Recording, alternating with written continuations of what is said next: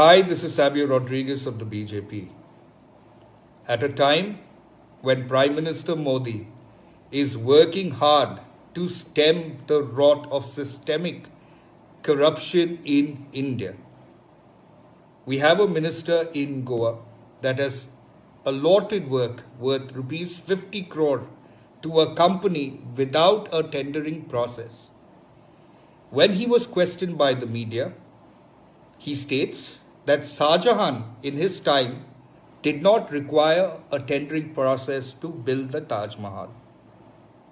He also told the media that it was a collective government decision to opt not for the tendering process, but to go in for a nomination process of the company who's got the renovation work of the Kala Academy.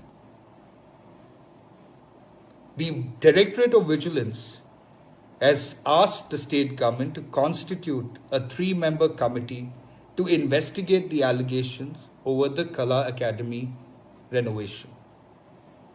My question to the Chief Minister of Goa, in all earnestness and in all humility, is today, if we set the trend of a work without a tendering process, how are we a party that is fighting against corruption? How are we working in the path that was shown to us